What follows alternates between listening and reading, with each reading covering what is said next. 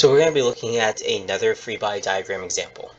So we're not going to do step 0 because the system and its surroundings are already drawn for us, but we will identify the system by drawing a system boundary, identify the coordinate plane and sketch those, represent all relevant forces acting on the system and scale them appropriately before finally writing summation equations to explain the net effect of forces acting on an object.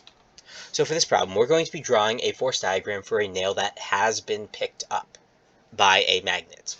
So this nail is going to be pulled all the way up and is currently in contact with that bar magnet. The nail is currently off the ground. It has been picked up, but right now it is not currently moving. The system that I'm going to be looking at is just going to be the nail, so I've drew my system boundary. I shrunk down that system into a single dot. Because this object is motionless, I'm just going to be showing that my coordinate planes are in a typical XY fashion, straight up and down, left and right. Now, the first force that I like to draw every single time, well, almost every single time, is going to be the force of gravity. It's the force of gravity acting on the nail caused by the Earth.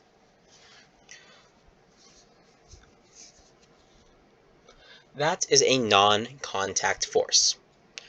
We do have two other non-contact forces. An electric force, which is going to be the attraction or repulsion based off of charge, as well as the magnetic force, which is an attraction or a repulsion based off of the magnetic field of an object.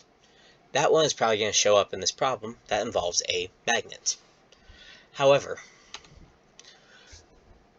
I'm going to be saying that the magnetic force here, which is on this force diagram, is significantly larger than our force gravity. Not because the magnetic force is inherently a stronger force than the force gravity, but rather because I know that there's going to be another force acting on this nail. And I need to scale that magnetic force appropriately to account for that third force I need to identify.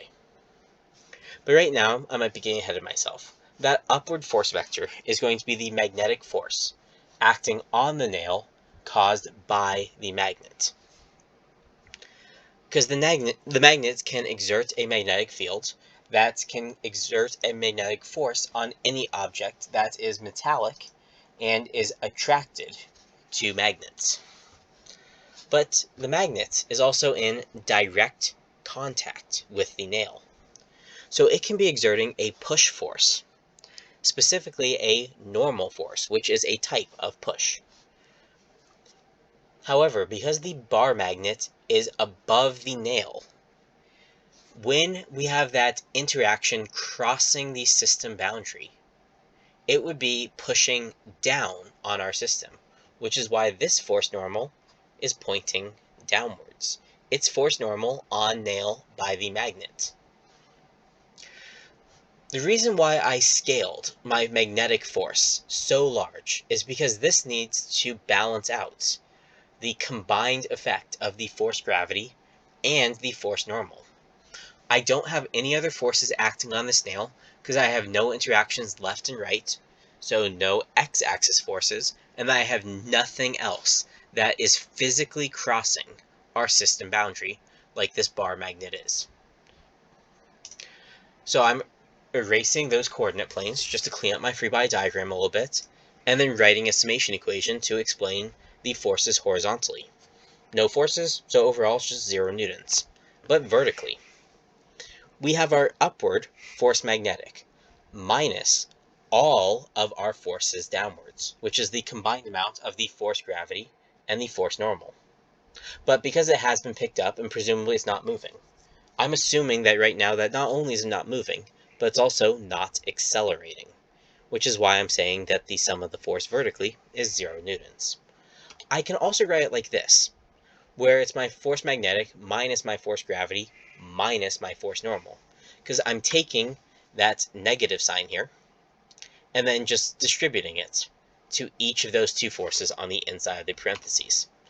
Mathematically, it would be equivalent, and it's still showing Fm is in our positive direction, FG and FN are both in our negatives. But this right here would be the force diagram with the appropriate summation equation to explain the current zero acceleration of this nail.